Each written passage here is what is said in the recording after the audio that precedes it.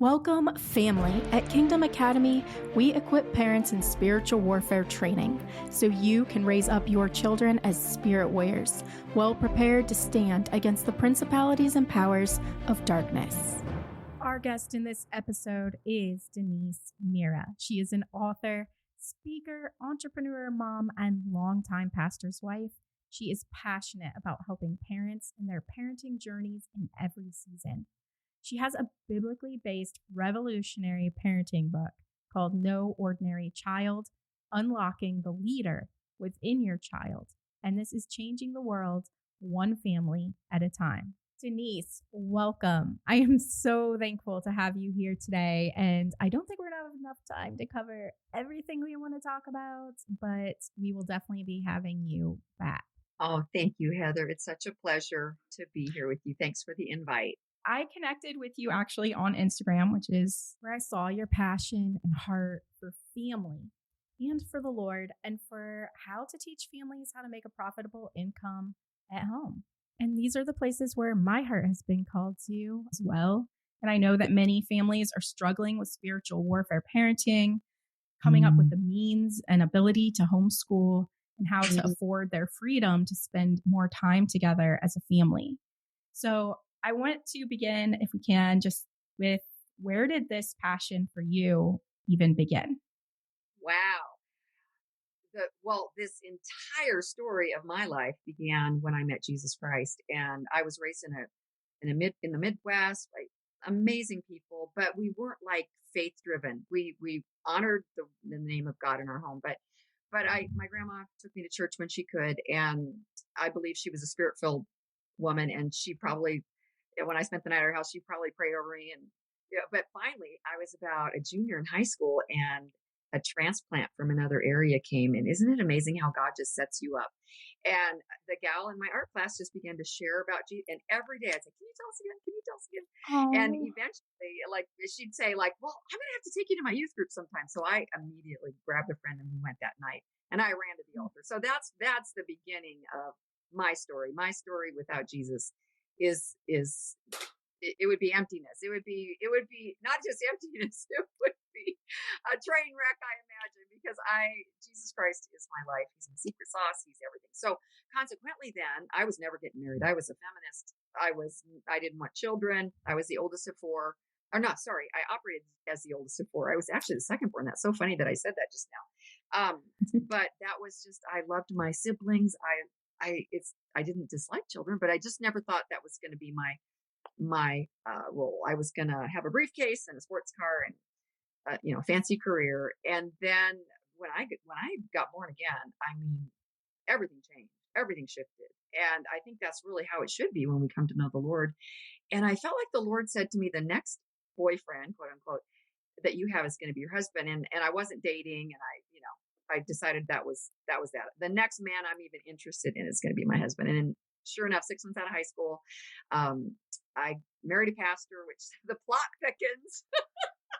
Isn't that funny? It's so funny as you rehearse that. But so as you're asking me, I'm not sure if you're asking me about the parenting thing or about the all of it, but really, it's a whole culture because I began to, of course, I was a disciple of Christ, and thank the Lord, I was birthed into a church that was it was like boot camp. I mean, it was not just live out of your promise box. It was, the DNA from the leaders really trickled down, and they were authentically following passionately God. And we had a youth group of like 350 people, and there were people all the way from 12-year-olds to 70-year-olds. I mean, it was a gal that led it. And to this day, it's so funny because so many of the people from that group are leading churches, ministries.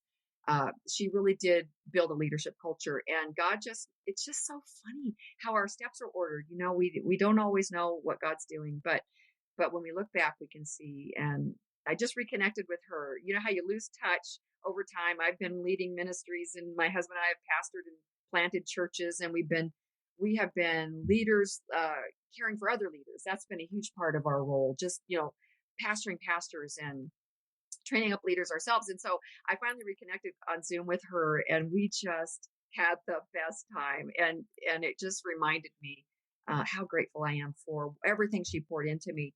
And so a few years in, my heart really warmed to children. It took a while because that feminism thing dies hard, and you become your whole culture becomes um, something different. And so God was melting my heart over time. And then, I had one baby, then another baby.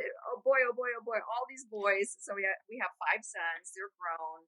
They love the Lord. They are changing the world. They are having an impact. And the whole time they were growing up, I just had an entrepreneurial spirit. As a pastor, you live on modest means, and many times under modest means, and you learn. But the whole time I was trying to figure out, how can I create wealth, and so different things I would take stabs at. Mostly though, my life was just passionately serving God, and I was determined to raise leaders who would have an impact, a gargantuan impact. That I was raising a team, a special forces team. That was the heart that God put in me, and that was just through a series of events and staying in the Word. Some of the most powerful times I had what from the Lord were reading Bible stories to my kids. It was like, it's so funny, and that's, once again, it's not this Franken family you're building where, okay, this is Bible time and this is Denise time. And it's the whole picture of building a culture with a DNA in it that is all about serving God and loving God. And we would start the morning with the Word. And as I'm reading these little Bible stories to them, my mind's exploding. And I read about Moses, and I read about how his parents protected him, and how they saw with their eyes he was nothing ordinary. He was exceptional. He was extraordinary. And God gave me eyes to see my kids. These are giants. These are leaders. These are generals. These are administrative warriors. These are the future of our nation. And that just beat in my heart. Every time somebody would hand me a microphone, that's what I would speak on. Anytime someone would poke me, that's what I'd start talking about. And so really, I believe that at the end of the day, if you boil me down, it's all about having an impact in your family, raising leaders, seeing the dynamic potential of your children, and developing that, and hands-on developing that in homeschool you can't beat that. I mean, you just can't beat that. That's where the power is. And then through that, I began, once I had raised my kids. While I raised my kids, I had rented out our basement, but I was always giving everything away. In the church world, everything's free. And essentially, everything I did as a leader was free. I was free, and everything you partake of is free. You can go to a church and get everything for free, basically. So I had a poverty mentality about charging for business, which I've had to break out of. And I thought, Lord, how can I make money fast? This was right before COVID launched. And I thought, rentals. Airbnbs are awesome. They make money like crazy. People are becoming millionaires. And I pulled all my resources, bought a property. My husband, of course, was fully on board. I was driving that vision. He's always supported me in my entrepreneurial efforts. And I began to try Airbnb, and I hated it. It was not my thing. It was strangers showing up. It was scary things. It was a lot of things I just did not enjoy, right? So I figured out a way to not use Airbnb, to make my rentals almost passive, and to only rent to top tier premium professionals. And now I've got that down to a system. And so I began to help people do that. And they would never go back to doing Airbnb. And I thought, okay, I could use this to help other families create wealth. If they have so much as a private bedroom, just an extra bedroom, they can be making 5 figures easy on repeat. And it's, like I said, it's almost passive. You set it, forget it. The people stay. I do midterm rentals. They stay anywhere from 30 days to 6 months. And because of my bulletproof screening system, they are such a pleasure to have. They're a joy. You practically know them when they move in. And it is peace and joy and profit. And so that's something that I also help people do. And so it's all one big picture. And that's who I am in a nutshell, as well as, just continuing. Now I'm grandparenting. I'm still parenting adults, because parenting doesn't end when they turn 18. You carry them. The Word of God says I think Paul said, that he's always in childbirth, as he does his ministry. And I think I'm continually in childbirth. And that is just birthing, and it's loving. It's birthing new babies. We have people connected to us that I call them my other Mira child. We have, because we raised 5 sons, we have a lot of men that still are connected to us that we love like our own, and they're invited to our family occasions. And so that's our culture. That's our culture in 10 minutes or less. That was well done. I love the terminology of family culture.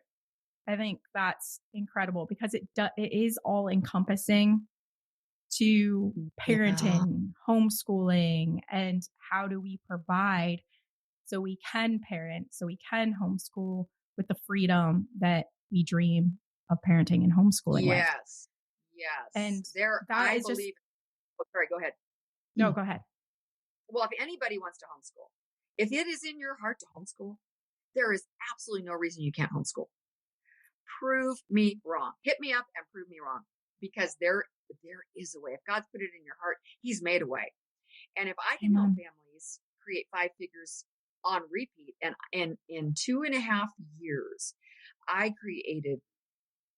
it went up to 6 figures, and then it turned into 7 figures in net worth and real estate value. I'm telling you, God will make a way where there is no way. I'm not college educated. I'm public school educated. I don't have degrees and numbers and names, letters behind my name, but that isn't necessary. We can create wealth. God's put it in us to create. We're creators. We're a chip off the old block, right? We are our Father's children. We're His offspring. And so there's a creator heart. So many women, unfortunately, I feel like so many women reinterpret that as something to go do and drop the kids off. And that makes me sad, because it's really easy to get caught up in that. And it's short-sighted, because what women don't realize is the absolute most valuable treasure they possess is in their offspring. And they're nurturing their 401k when they should be nurturing those little humans who are going to determine the state of our societies, our communities, our neighborhoods, our homes and families, our nations.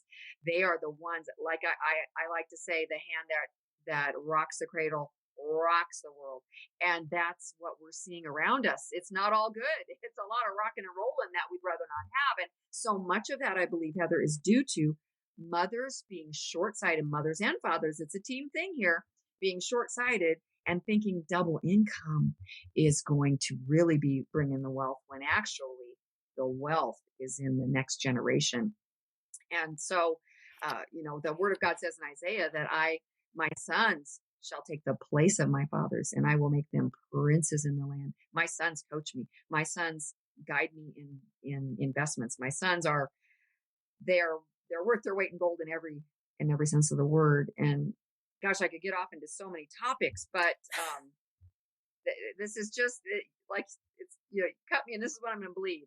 I feel so strongly about the next generation, and feminism has done us a major disservice in ripping women out of the home and dropping kids at the next door and the next door and the next door. And it breaks my heart. Do you know that even you mentioned Harvard when we were pre-talking, Harvard studies, and I know people respect Harvard studies, but I even have Christian studies, right? Quote unquote, religious studies, that the absolute single greatest factor in your child's success or failure is an involved parent. If you have an involved parent, and just add Jesus and faith and the Holy Spirit to that, if you have an involved parent, you are setting your kid up for success in every area of life. That's all it takes. And the enemy knows that. The system knows that. And so what are they always trying to do? Give you free stuff. My husband says nothing's free. They just haven't billed you for it yet. Yeah. Free Head Start and free public preschool and free breakfast at school and free college and free. It's unfortunate, but it lures parents to think, wow, this is our childcare, so we can have 2 incomes, right? And they're basically sabotaging the family. It's interesting because that actually seems to be an extension of a poverty mindset that parents are conditioned to have, to want to think that something is freedom when it's not. So good, Heather. mothers who think that this is something that I've passionately talked about as well, that mothers who think that when their kids go back to school in the fall, they get a break. That's how they see it. It's kind of like, they're like, well, when am I supposed to get my breaks then? Well, you've been deceived. You've been conditioned to believe you need those breaks, and you've been told that you deserve those breaks from your children. The problem is, the reason you want the break from your Mm-hmm. children is because you don't raise them all through the year. And because of that, they're influenced by the school system so that they become these kids who, when they come home, you don't want to deal with them and you need a break. But if your children were with you all through the day, as the word says they should be, that you're walking with them throughout the day from morning to evening, then you can raise up well-disciplined soldiers for the Lord, spiritual warriors in the Lord. And they won't have that outside influence. And then there's people who are like, well, if they don't have that outside influence, then they're going to be shocked when they go out in the world. No, they're going to be well equipped, because this is the season to equip them in the parenting season. And everything you teach them and walk them, you can walk with them throughout the day, walk with them outside of the house, take them into real life situations, and then walk them through it and teach them in those areas. And 100%. Yeah. This first day of school, taking the pictures, dropping them off again, it breaks my heart. And you're exactly right. Okay, what do studies tell us? That who you spend most of your time around, the 5 people you spend most of your time around, that's who you become like. It's exactly right. But it's easier in essence for the now. It's short-sighted, but it's easier to drop them off and drop them off. And then summer, they take them and drop them off to all these fancy camps. And you know what? It breaks my heart because it's a lack of revelation. Their eyes are blinded to the truth of the matter. And the truth, once they see the truth, once their eyes are open and they get the revelation of who their children are meant to become, changes everything, changes the game. I wrote a book called No Ordinary Child, Unlocking the Leader Within Your Child. And if I was going to say one thing people tell me through the hundreds of testimonies and people that have emailed me, they say that my book opened their eyes. And I think it's not another toy your kid needs, another treat, another extracurricular, another AP class. You need a revelation about who they're to become, because that changes how mommy and daddy live, which changes how mommy and daddy relate to their children, which changes the children. Children are amazingly flexible. And what I found is, like, I'd find myself troubled in my spirit during different seasons. And I'd think, oh, I got to get my house in order. I got to do a cleansing. It's like, you just have those times when the Lord's like knocking and saying, it's sure up the edges, Denise. It's amazing how quick they are to respond. And how kids' hearts might be icy cold as they're 14 or 15, hanging out with the crowd. But you bring them home, and before you know it, their defenses are down. Their hearts warm up. They're so flexible and pliable, and they're wet cement. And I'm like, please don't send them away. Their cement hardens, and then it's very hard to get it back unless they go through hell and they're broken and destroyed and devastated. Now is the time. Now is the season. Seize the day. And so you're talking my heart right there, because all these mamas, all these little reels about, oh, finally they shut the door and drink their coffee. That is so sad. It's so sad because it's so selfish. It's so self-centered, and it's so short-sighted. It really, really is. I am talking to the mamas now who are in their 50s, 60s going, how do I get my kid back? And it is, talk about warfare, very, very sad, very, very difficult. That's a whole nother battle. Yeah. And it's a conditioning in that moment that you're being conditioned to think you need that break from your kids. It's also a trap, because then in that time that you have that freedom, you're like, hey, I could go make extra money if I get a side job during this time when my kids are in school. And then you become dependent, in a sense, on that new income in your mind anyway. You become deceived that you need that new income. You start living up to that new income. Everybody lives up to the means of what they have in, and then they think they can't live with less. But it's because we live in such a competitive world, and a world where we're keeping up with the Joneses, so to speak. And then all of a sudden really need a break because now you're working full time, you're parenting full time, you're family full time, like you're Mhm. doing everything full time. Well, yeah, you're going to burn out because you weren't made to do it that way. And Oh, and girl, then that bitterness, anger, and pain is going to be reflected in your family, and everybody's going to be in need. that is so, so true. Do you know that as a fact, all double income people are living one third above their means? Okay, that's a fact. You can just Google that Wow. and look that up because it's the creep. Everything creeps. You're exactly right. We're on Pinterest and we're looking at how we want our stoop to look and our bedrooms to look at it. And all of it at the end of the day is just going to burn. And I'm so grateful that we did not have all that when I was raising my kids. I didn't have a cell phone for years. Thank the Lord, right? Because there was nothing to live up to. We lived in modest means and it was okay. At one season we had people dropping furniture off at our door. I mean, that was how we've gone through all sorts of seasons. And what did Paul say? In any state that I find myself, I'm determined to be content. And I think if women, discontent drives women out the door. It's so true. And it's the conditioning, it's the world, and it's the way the enemy wants it to distract us, to preoccupy us with things that aren't important. How important is it to you that your children are whole and complete and perfect? Just came across my desk again. One more suicide of a gorgeous, healthy, strong, gifted, 20 something young man. How important. This is an emergency. Time does not stand still. The sand is dropping through the hourglass. How important is it that you save your children? How important is it that you know your children? How important is it that you set them up for success? I say, rather than drop them off, I'd rather live in a tent. I'd rather sell everything and move somewhere. I'd rather rent out 2 bedrooms and move in with my kids in the one of the bedrooms. What We just make excuses. We make excuses. We raise objections based on our conditioning of what we must have, what we need, what we have to eat, girl, yours, it's so right. It's so true. And this just stirs up so much. I feel like we could talk for hours on this stuff, but I guess if we were to tie it down in a nutshell, it's that to be authentically a disciple of Christ, to apply the word daily, and to be content as women would change the world.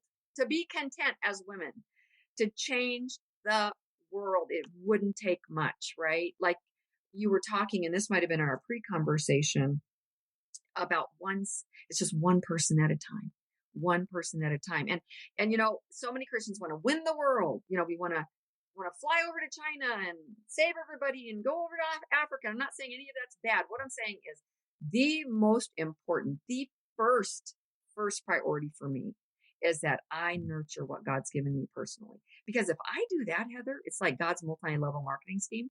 Now that we've raised 5 sons, now they are canceling the death warrants of those around them. They are fighting for the lives of others. They, whether they're fathers or not, are fathering other men, even men older than them. So if we take care of what God's given us in our little home, it seems so humble. It seems at times I would think, who am I? I'm just this frumpy housewife, right? That's what the enemy will tell you.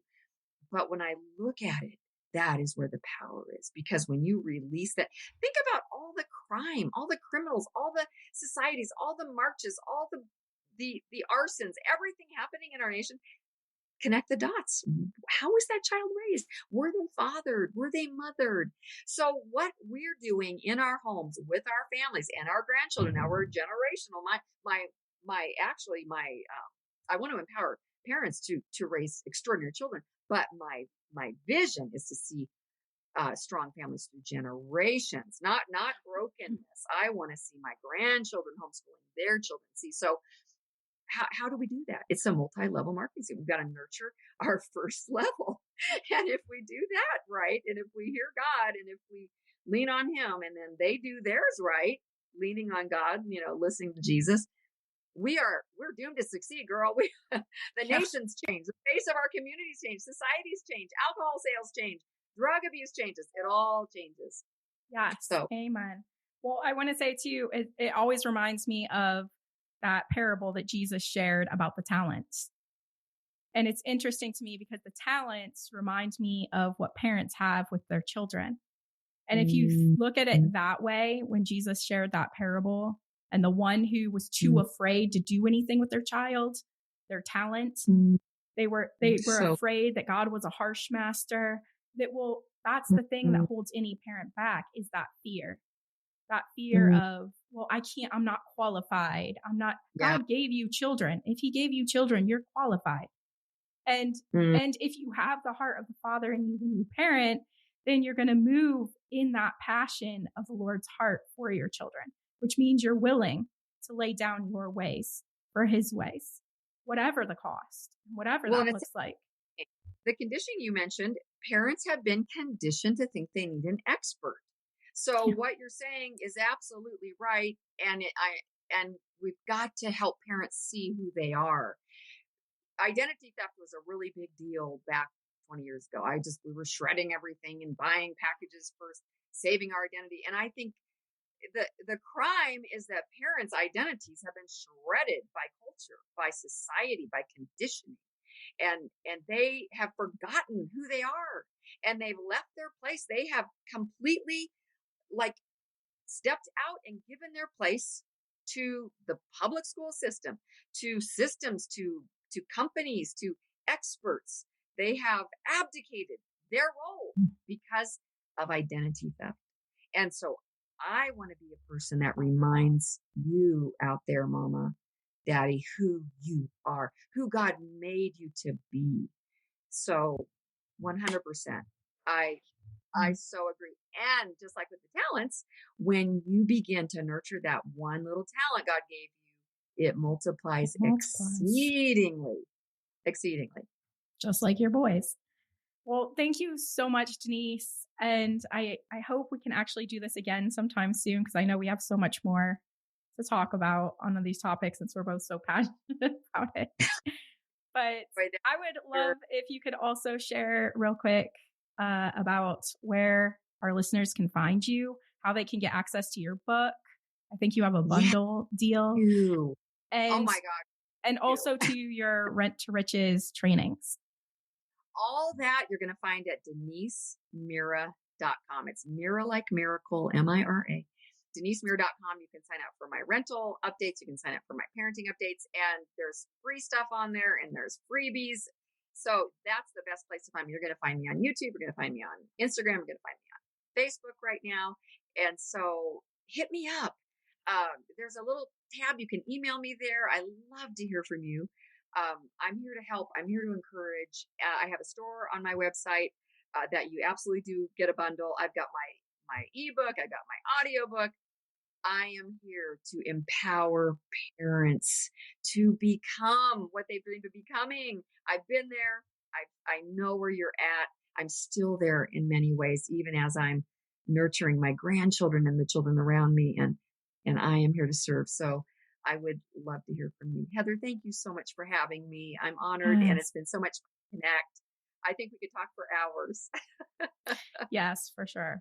Thank you so much for being here, Denise. And thank you for sharing your wisdom and your encouragement. I think parents don't need us to do it for them, but to be an inspiration and encouragement and show them how they can do it, because we do get a little bit deceived and we believe that we can't do it. And that's a lie from the devil. You can spiritual warfare parent, you can homeschool, and you can run a successful business from your home.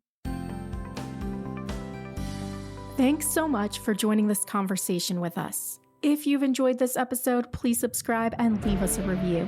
For episodes, offers, or guest information, please visit us at rainandjoy.com/Spirit Warrior Academy, or join us on Instagram at rainandjoy and click the link in the bio for access.